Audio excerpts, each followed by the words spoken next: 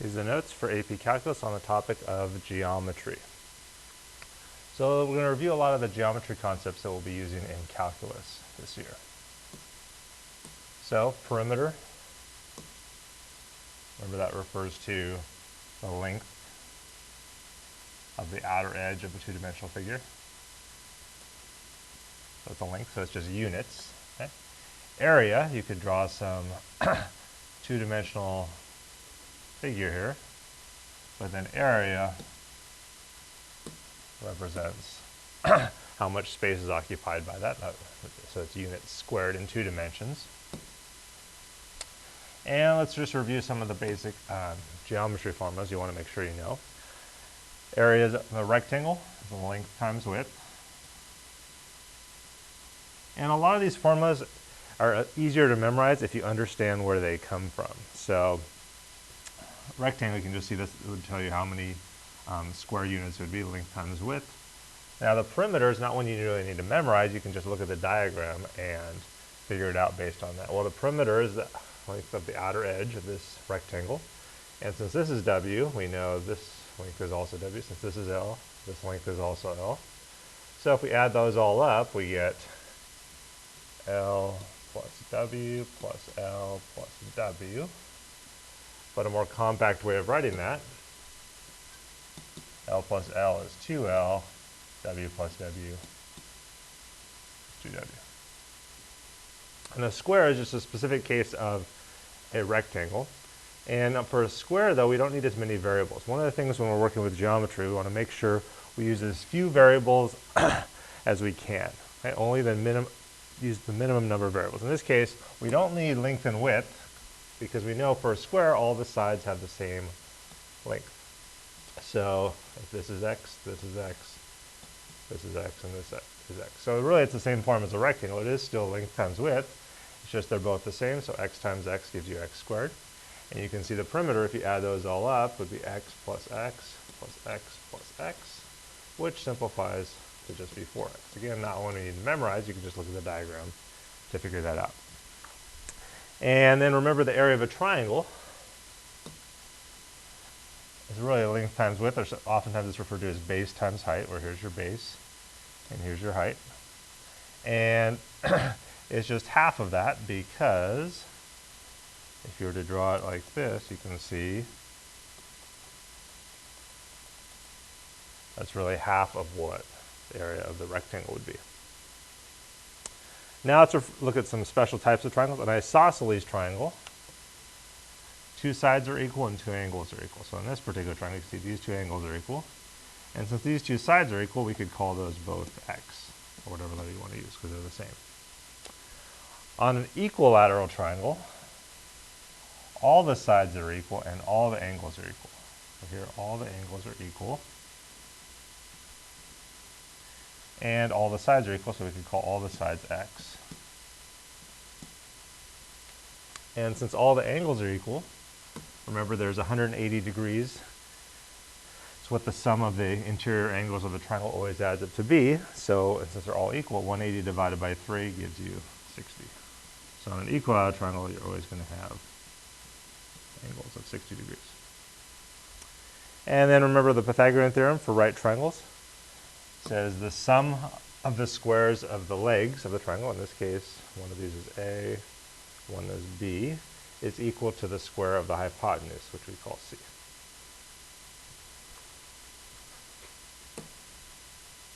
All right, now let's look at circles. The area of a circle is pi r squared, where r refers to the radius in the center there. The circumference is just another word for the perimeter of the circle. It just has a specific name for a circle, circumference. So the length all the way around the circle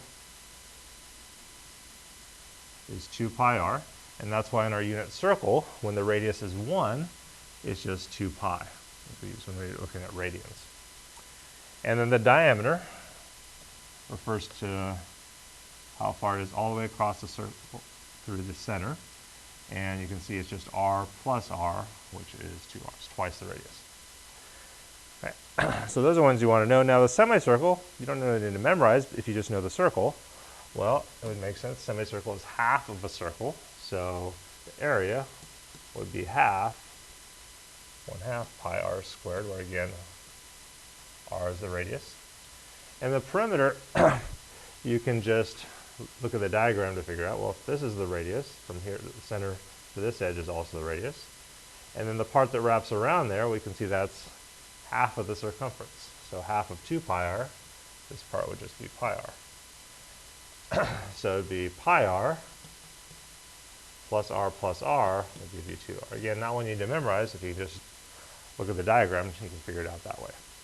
And similarly, a quarter circle, well, this is 1/4 of a circle. So the area would be 1/4 pi r squared, or I could say pi r squared over 4. Sorry about that. And then here's your radius. So you can see the perimeter here. You still have the 2r, r plus r, but now it's not going to be pi r, it's going to be half of that, or 1/4 of the whole circumference. Either way, you get 1/2 pi r. So the perimeter of a quarter circle here would be 1/2 pi r plus r gives you 2r. And now let's review a trapezoid. So a trapezoid is a 4-sided figure with 2 sides that are parallel. So these sides are the parallel ones in this trapezoid. And the ones that are parallel, those are the ones that we refer to as b sub 1 and b sub 2. So if you look at this part of the formula, the way I remember it is, if you add up 2 numbers and multiply by 1/2, what are you really doing with those numbers? Well, multiplying by 1/2 is like dividing by 2, right? So it's like you're averaging them. So really you're averaging the 2 sides that are parallel and then multiplying it by the height to get your area. So it really comes from the same formula as a rectangle there. Just the lengths are different here, so you have to average those.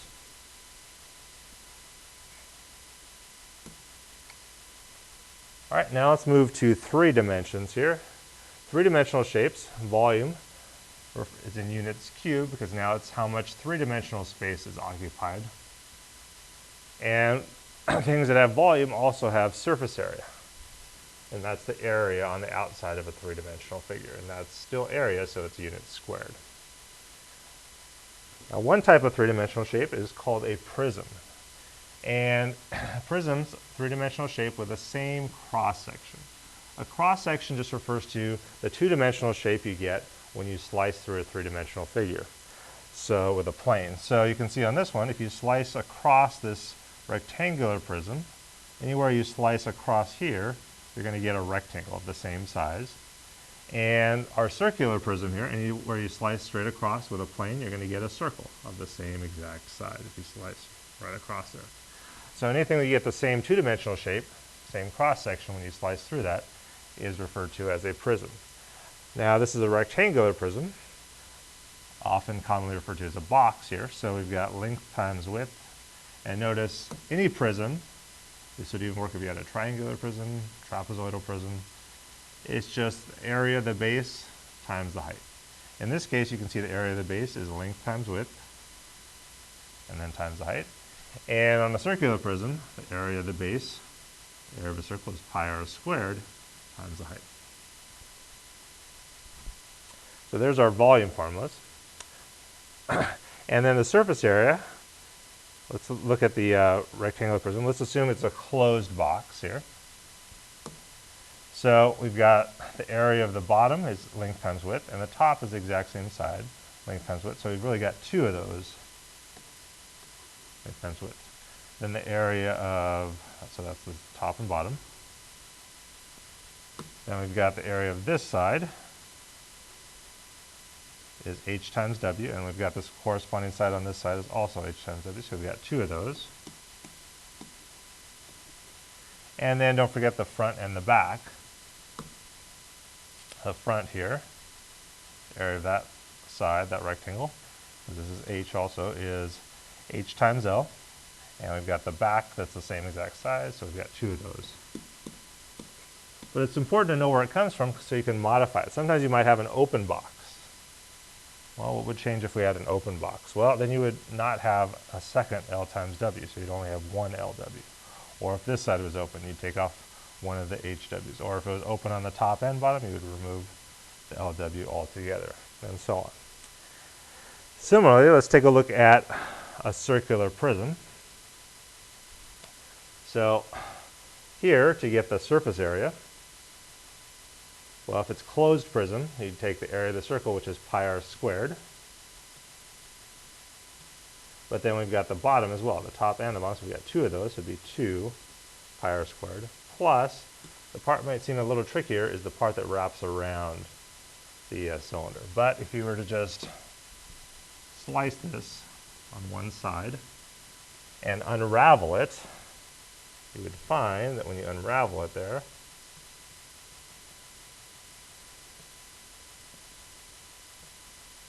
it turns into just a rectangle.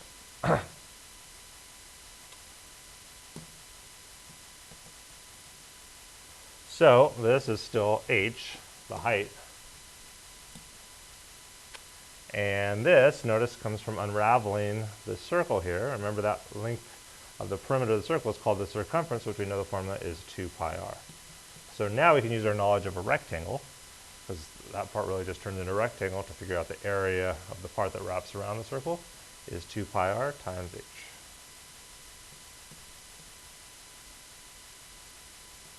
And again, you can modify this if necessary. Let's say it's a can that has an open top. Well, then it would not have two circles, it would just have 1 r squared, pi r squared.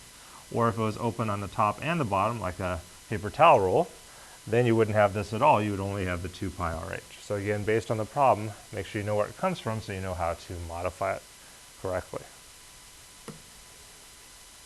Now let's take a look at a cube. Well, a cube is also a prism, but usually it's really a square prism is what it is.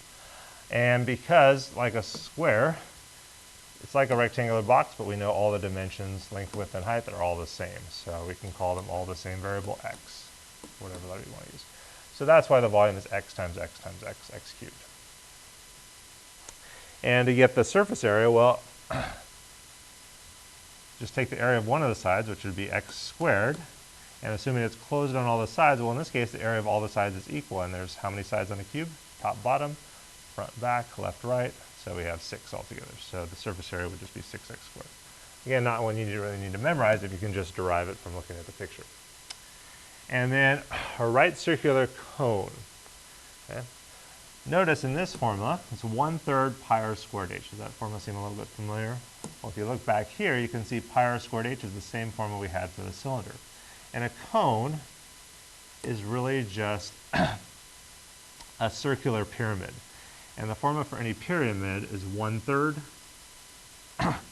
times the area of the base times the height. So really this is just 1/3 of a cylinder. That's the way I remember. And we're not going to really be working with the surface area of the cone. If you need the surface area here, that's a circle. You can get the surface area of that part that wraps around, but there's not as many applications for that. So we're not going to look at that one. The sphere has its own volume. It's 4/3 pi times the radius cubed. Okay. And the surface area, this is one you just need to memorize. We'll see a relationship later between this and the surface area. The surface area is pi r squared, 4 pi r squared. So 4 times the area of the circle there, basically. So oftentimes students will get these mixed up. I can't remember which one's the volume, which one's the surface area. How do you think you could, if you knew the formulas but you didn't know which goes to which, how could you tell? Well, easy way to look at the exponent. Volume is 3-dimensional, so it has a radius cubed. Surface area is 2-dimensional, so it has the exponent of 2. Now let's look at a hemisphere. Again, not one you necessarily need to memorize. The volume here, well, it's just half of a sphere, right? So if we go 1/2 times 4/3 pi r cubed and simplify that, you can see 2 goes in 4 twice. So the volume would just be 2/3 pi r cubed. Makes sense, right? 2/3 is half of 4/3. And the surface area, well, if you had it closed here, you'd have that one circle, pi r squared, plus, well, this is half of a sphere, so it'd be 1/2 times 4 pi r squared.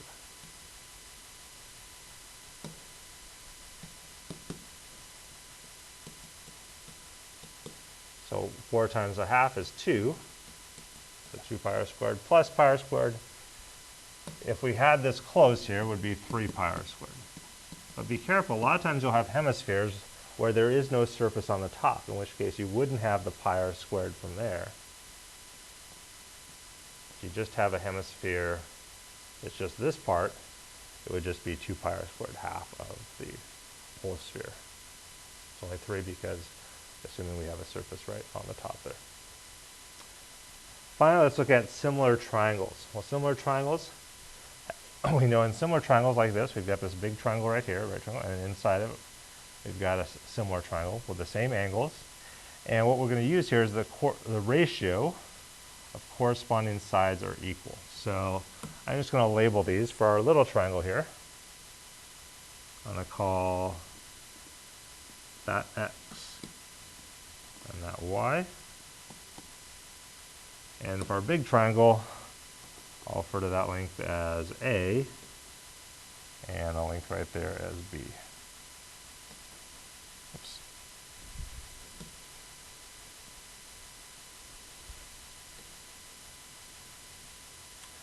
So the ratio of corresponding sides are equal. So there's a couple ways you can do this. One way is you can go this side of the big triangle over this side of the big triangle, so D over A in the big triangle equals, corresponds to, in the little triangle that corresponds to y over x. That's probably the most common way I'll see people do that, but that's not the only way. You could also go this side in the big triangle over this side in the little triangle, so you could say b over y corresponds to this side in the big triangle, A, the base, divided by the base of the little triangle is x. Now initially these may look different, but an easy way to tell they're actually giving you the same expression is if when you have two fractions equal to each other, remember you can cross multiply. If you cross multiply, this will give you ay equals bx, and this one will also give you ay equals bx. So you can tell that way they're really the same. All right, now we've reviewed the formulas, let's take a look at some example problems here. It says determine the area of each shape, so we're looking at 2 dimensions. Then list the shapes in order from the greatest to the least area. So on all these, a diagram is going to be helpful in setting things up correctly. Okay? And you want to assign variables, again, remember as few variables as possible. So we've got an isosceles right triangle. That tells you 2 different things.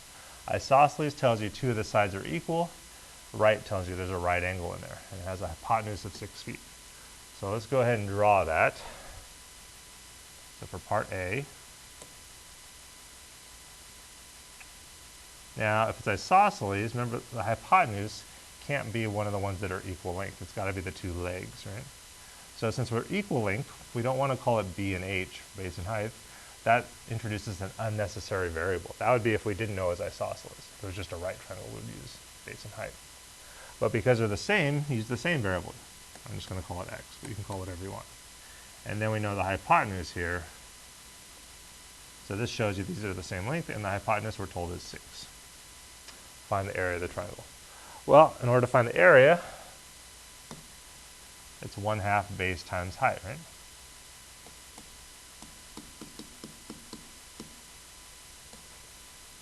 But the base and height are both x.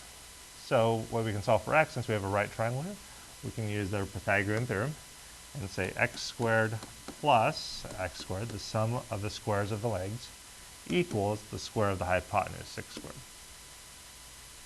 X squared plus x squared gives you 2x squared. 6 squared gives you 36. Keep solving for x, divide by 2. So x squared, 36 divided by 2 is 18. And then to get rid of the square, take the square root of both sides. Normally, when you take the even root of both sides, you need plus or minus. But here, in this context of this problem, does it make sense for x to be a negative? No, it's a length. It can't be negative. So you would just use the positive root. Now, you might think simplifying that into 3 root 2, which is fine if you do, but it's actually going to be easier to work with as root 18. You'll see why here in a second, because when we substitute that back in, that's x, right? That's both our base and our height. So the area is 1/2. The base is square root of 18. The height is also square root of 18. So it's actually probably even easier just to leave it unsimplified. So you get 1/2, 18 times 8. Square root of 18 times square root of 18 is 18 times 1/2. Gives you x equals 9. Now let's put the appropriate units. So we're talking about area, and the length was in feet, so this would be feet squared.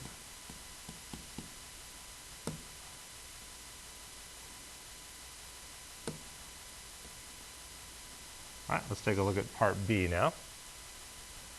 Part B says we've got a semicircle with a perimeter of 12 feet. Okay, so let's draw a semicircle here. And it doesn't have to be a great drawing. And let's try to use as few variables as possible. Well, anything circular, the variable you're probably going to definitely want to use is the radius, right? We know the radius is there, but it's also there. And again, we saw this circumference here. This is half the circumference, and the circumference is 2 pi r, so this is pi r. And we're told the perimeter is 12 feet, so that's referring to this whole length here. So we can see the perimeter, r plus r, 2r, plus pi r. But we know the perimeter is 12, right? So 12 equals 2r plus pi r. And remember, our objective here is to find the area. The area of the semicircle is half of a circle, so it's 1/2 pi r squared. So once we know what the radius is, we'll be able to figure out the area. So how would you solve this for r? Well, we've got 2 terms with an r. They're both on the same side, so that's where you can use factoring. Factor out the greatest common factor of r, and you're left with 2 plus pi. And then divide by the 2 plus pi gives you the radius, may seem a little weird, is 12 over 2 plus pi. And that's what we can substitute in right there to get the area. So the area here would be, I'm just going to write this 1/2 pi. That's the same as pi over 2, right? Just make it a little more compact. And then the radius, 12 over 2 plus pi squared. All right, now you could leave it like that, but remember we're going to have to compare these from greatest to least area. So let's see how we could make this a little bit simpler. So the area here would be pi over 2. If we square that out, that'd be 144, 12 squared, over, now this one, 2 plus pi squared, is probably easier to just leave as 2 plus pi squared. And do you see anything that reduces? Yeah, we can reduce the 2 goes into 44. Half of 44 is 72. So we're left with the area is 72 pi over 2 plus pi squared.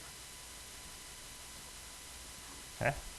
Now to compare it with 9, let's just approximate this to get a rough estimate. If it's really close, we'll probably have to use our calculator, but a lot of times it's not, and you can figure it out without needing your calculator there. So 70 times 10, well, let's round off pi. 3.14, let's round it off to 3 to help us estimate. 3 times 72, 3 times 70 is 210. 3 times 2 is 6, so that's 216 approximately, over, if we again round off pi to 3, 3 plus 2 would be 5, squared would be 25. And 25 goes into 216. 8 times, and there's 16 left over, so it's around 18 and things like this.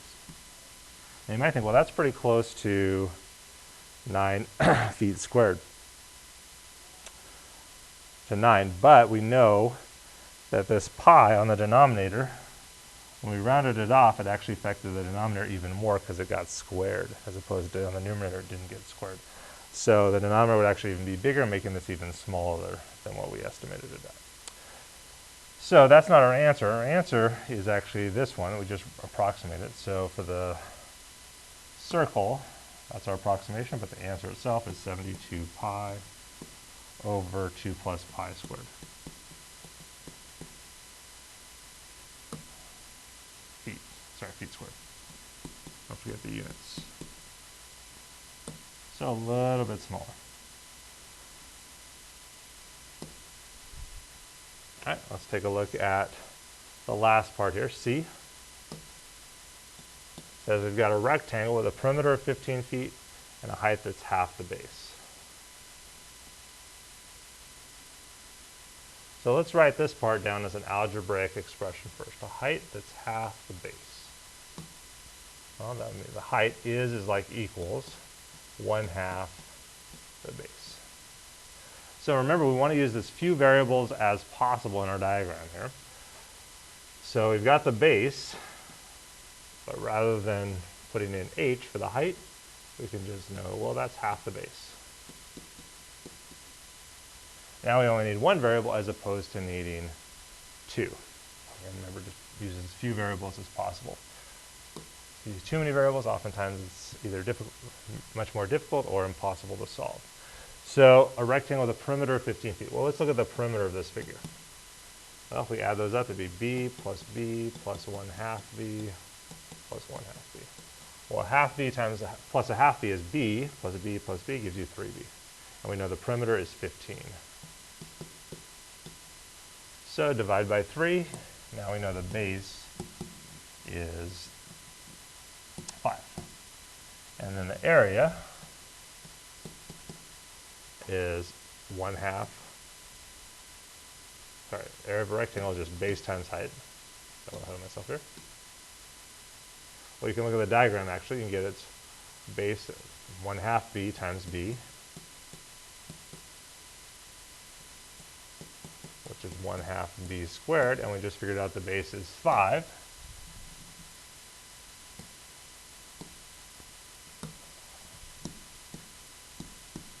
So it'd be 1/2 5 squared. Exponents come first, remember, so that would be 25 times 1/2. So it goes 25 halves, which if you write as a mixed number here, 2 goes into 25 12 times, and there's a half left over, so 12.5 feet squared. And now we can write these in order. Now when you do this on your homework too, you can just use the letters to make it a little more compact. So from the greatest to the least area, well, the greatest was C, then A at 9 feet squared, and then B at a little less than 9 feet squared. All right, let's take a look at the next example now. On this one, it says, suppose a hockey rink is built by placing 2 semicircles on the opposite ends of a rectangle. So if we've got a rectangle here,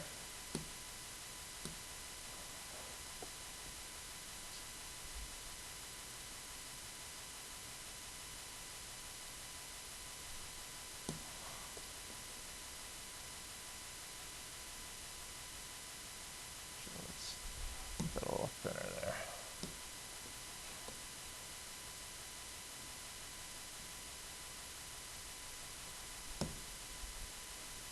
And we've got 2 semicircles on opposite ends. So semicircle there, semicircle there. Okay. So this is write expressions for the area and perimeter of the hockey rink. Okay.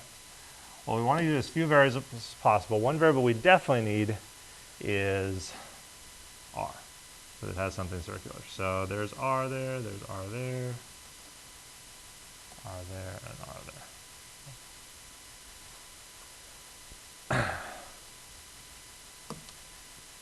And on this one, we're also going to need some variable to represent this length, right? So whatever you want to call that, let's say we call it w for the width, whatever you want to use from there to there.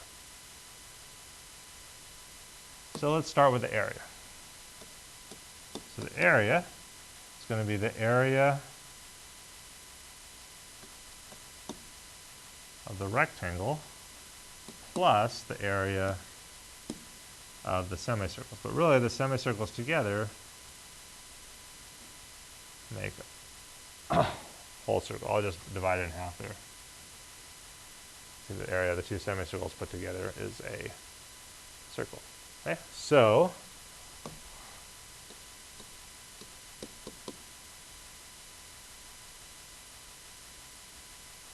area of a rectangle, you can see this would be r plus r is 2r base times height.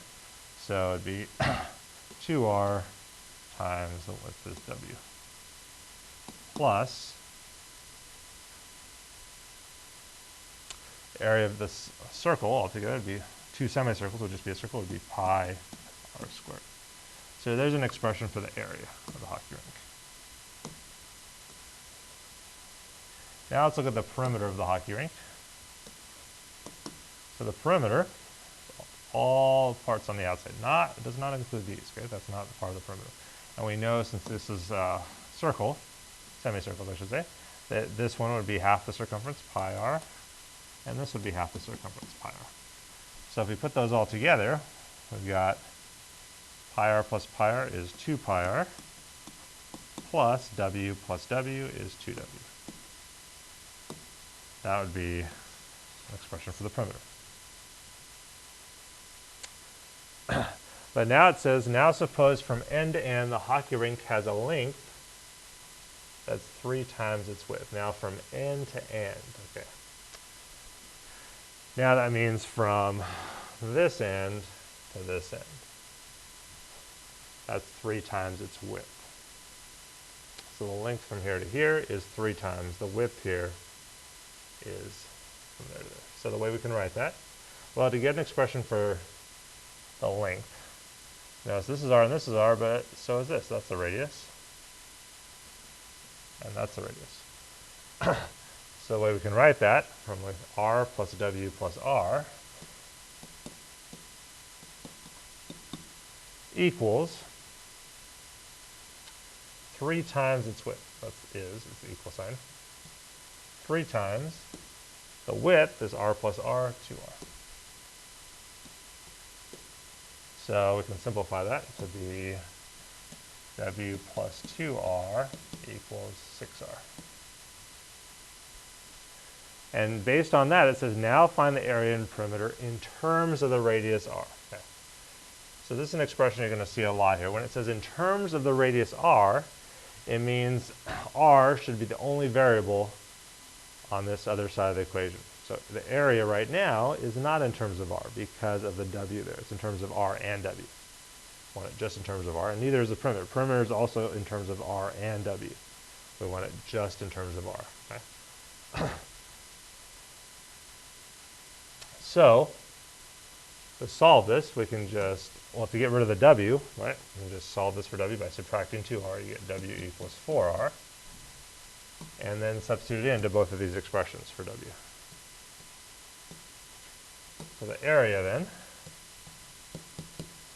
would equal 2r times w, we just figured out is 4r, plus pi r squared.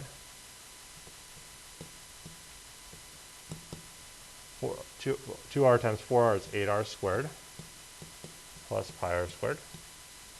So now the area is in terms of r, because r is the only variable on the other side of the equation. Now let's get the perimeter in terms of r. So the perimeter would be 2 pi r plus 2, we want to get rid of the w, so substitute in 4r for w.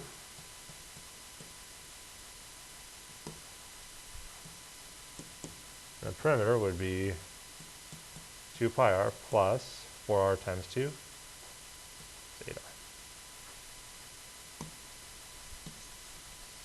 Now it's in terms of r, there's no more w.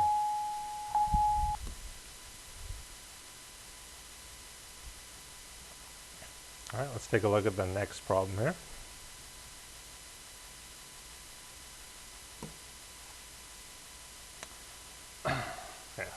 Again, let's draw that. It says a drinking glass with an open top has the shape of a right circular cylinder with a height that's 4 times its radius. Okay. So let's draw our right circular cylinder.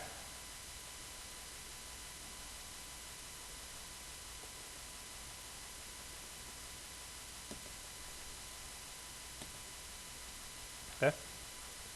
And one thing I'm going to do first is write the word open to remind myself that it's open. It wouldn't be a very good drinking glass, right? So it's closed at the top. And there's our radius. We definitely need that in our diagram. Normally I would call this h, but we're told here the height is 4 times the radius, so h equals 4r. And remember, we want to use as few variables as possible. So rather than writing this as h, we can write this as 4r. And part A says, write the surface area of the cylinder in terms of the radius. So r is the only variable. So we can start by saying, okay, well, the surface area.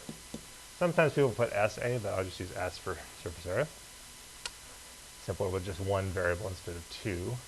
Surface area equals the area of the circle, which is pi r squared. Remember when we did the formula before, we had 2 pi r squared, but that's when it was closed on both ends. Here it's open on this end, so there is no surface there. So it's just pi r squared. Plus, remember the part that wraps around, we figured out is the circumference, 2 pi r times the height. We need to turn into a rectangle. But that's not in terms of r, it's in terms of r and h. So then we know h is 4r, so we can substitute that in.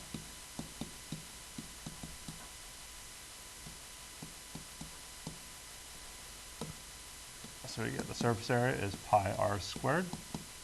4r times 2 pi r is 8 pi r squared. And we can combine our like terms. Pi r squared plus 8 is like 1 pi r squared plus 8 pi r squared gives you 9 pi r squared.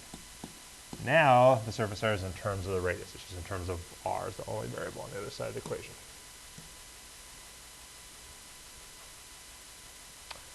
Okay. Then it says for part B to write the volume of the cylinder in terms of the surface area. Okay, a little bit different here. Okay, so let's start with the volume formula we know for the cylinder. The area of the base, which is pi r squared, times the height. Well, that's not in terms of the surface area at all, right? It's in terms of the radius and height. S isn't even in there. So we can get rid of h, first of all. We know that's 4r. And simplify that. Pi r squared times 4r would be 4 pi r cubed.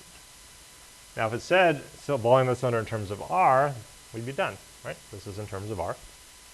But it didn't. It said in terms of the surface area. So how can we get there to be an s there in this equation rather than an r? Well, the answer is to use our answer from part A. If we want to get rid of the r and have an s instead, we can solve this for r and then substitute in to get rid of the r. So to solve for r, first you would divide by 9 pi, so you'd have s. Be careful with your s's and 5s. Sometimes mine look like s divided by 9 pi equals r squared. And then take the square root of both sides. So r equals the square root of s over 9 pi. Again, normally you'd put plus or minus here, but a radius can't be negative, so we don't have to worry about the negative one. And you could simplify that a little bit. Because notice, we know the square root of 9, right? So the radius would be, when you have a fraction inside the square root, you can take the square root of simply the square root of s. Square root of 9 is 3, and then we'd still have the square root of pi. And then what we can do with that is substitute in to this expression to get rid of the r, instead have an s. So the volume equals 4 pi times square root of s over 3 square root of pi cubed. Now you could leave it like that, is in terms of s, yes. S is our only variable, because remember pi is not a variable. Let's see if we can just make it a little simpler. Let's say it was a multiple choice question, we had to match it up. Well, on the numerator we'd have 4 pi, and then square root of s cubed. Well, that's like square root of s times the square root of s times the square root of s. Well, 2 of those give you s, and there's one more left over, so that'd be s square root of s. And on the denominator, we know 3 cubed is 27. And the same thing would happen with the pi's. If you have the square root of pi cubed, that's like the square root of pi times the square root of pi times the square root of pi. So 2 of those would just give you pi, and then there's 1 left over.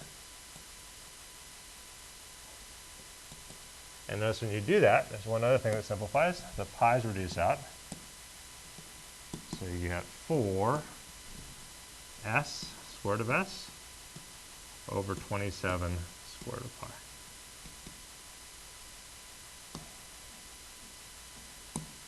And now the volume's in terms of the surface area. So that means if you knew what the surface area is, you could just, of this drinking glass, you could just substitute the value for the surface area in here, and that would give you what the volume of it is. All right, let's look at one more example problem here.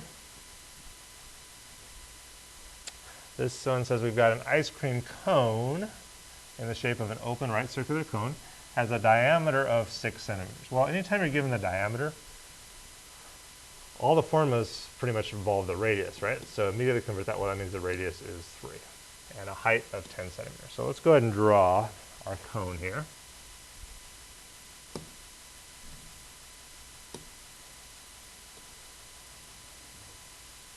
So it looks like one of those sugar cones, right? That. And then we've got diameter of 3 centimeters. Sorry, diameter of 6 centimeters means the radius is 3. So from there to there, that's 3. And the height is 10. But I'm not going to draw it right in here because it gets a little messier. I'm going to write it off to the side here. That's 10. Yeah. Inside the cone, there's some melted ice cream. So pick your favorite flavor there. This will be mint chip here. So we'll have some melted ice cream, which forms a mini cone inside the large cone. And it says, write the volume of the melted ice cream in terms of the height of the melted ice cream, h. So h is not the height of the whole cone, but the height of the melted ice cream. So right here, from here to here, that's h. So we're trying to write the volume of this melted ice cream in terms of h. So let's just start with what we know here. We know the volume of a cone. Remember, it's 1/3 of a cylinder, so 1/3 pi r squared h. So that means we're going to need to know, or need to assign this as r also to start with, right?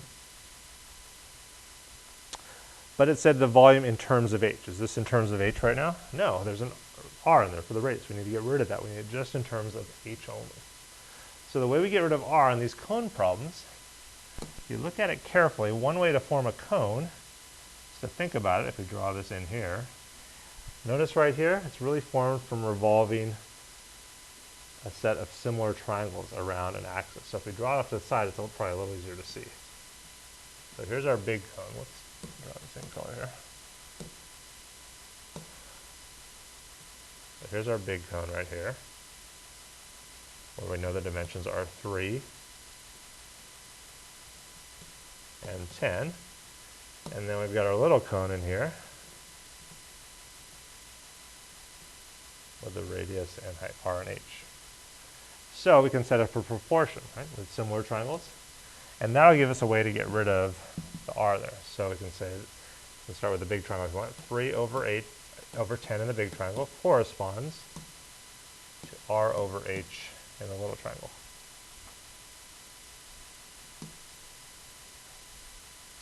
So we can cross multiply, right? So we can get 10r equals 3h. Well, then sometimes students get confused with, well, how do we know which one to solve for? Well, it's whichever one you're trying to get rid of right here, right? We're trying to get, in terms of h, we're trying to get rid of the r, which means that's the one we solve for, isolate. So divide by 10 gives you r equals 3h over 10. And then we can substitute that in there for the radius. To get the volume is 1/3 pi. The radius is 3h over 10 squared times h. And now it's just a matter of simplifying that. So if we first deal with the exponent, I'm just going to write this as pi over 3 now. It's a little more compact. If we square that out, 3 squared is 9 times h squared over 10 squared is 100 times h. Well, you can see the 3 goes into 9 3 times, right? Simplify it. So we're left with, and usually the way this is written, everything that's a constant is usually pulled out in front. So we've got a 3 pi on the numerator, as part of our constant on the numerator, and then we've got 100 on the denominator, so 3 pi over 100, and then h squared times h gives you h cubed. And usually when we start using calculus on this, rather than putting the h cubed on the numerator, it's easier to write it off to the side like that.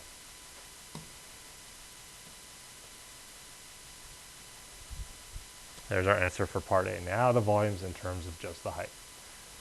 And let's look at part B. Part B says if the exposed surface area of the melted ice cream is 4 square centimeters, what's the volume of the melted ice cream? All right. So what it means by exposed surface area, if you were to look into this cone here, or the part that's exposed to the air, is this circle right here. Right? So the exposed surface area refers to this circle.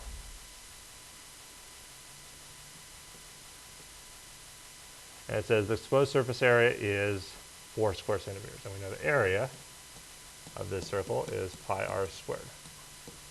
We're told that now we know that that's 4. So we can first use this to solve for what the radius would have to be, right? So if you divide by pi, you get 4 over pi equals r squared, and then take the square root of both sides. Gives you the radius. Well, the square root of 4 is 2 over the square root of pi. So now we know the radius is 2 over the square root of pi. And there's different ways to go from here. To get the volume, you could plug it in here, and then we need to know the height. You can't plug it in here because that's h, but what you can do is use your similar triangles. I think the easiest way right here to figure out what the height would have to be. So we know r is 2 over square root of pi equals 3h over 10. And you can either cross multiply here, one technique that would work, or an even faster way is probably to just multiply, to get rid of the 3/10, you just multiply by 10/3 since the h is already on the numerator. Both sides by 10/3. The 10s and the 3's reduce out, so you get the height is 20, 10 times 2, over 3 square root of pi. And then we can substitute that right in here. To get the volume, it's 3 pi over 100 times, we just figured out the height is 20 over 3 square root of pi cubed.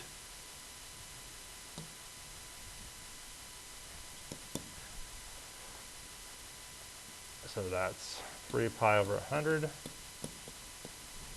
20 cubed. 2 cubed is 8, and then you'd have 3 zeros, 8,000. And then 3 cubed is 27. Square root of pi cubed would be pi square root of pi. Saw before. And then what we can simplify there,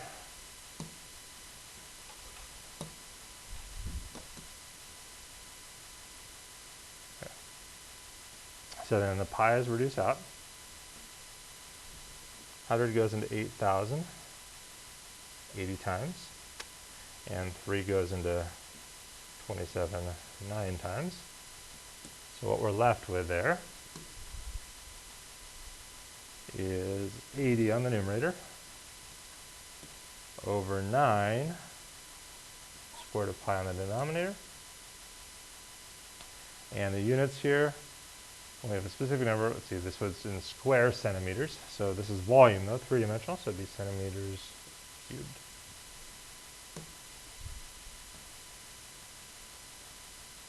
And that concludes the notes for AP Calculus on the topic of geometry.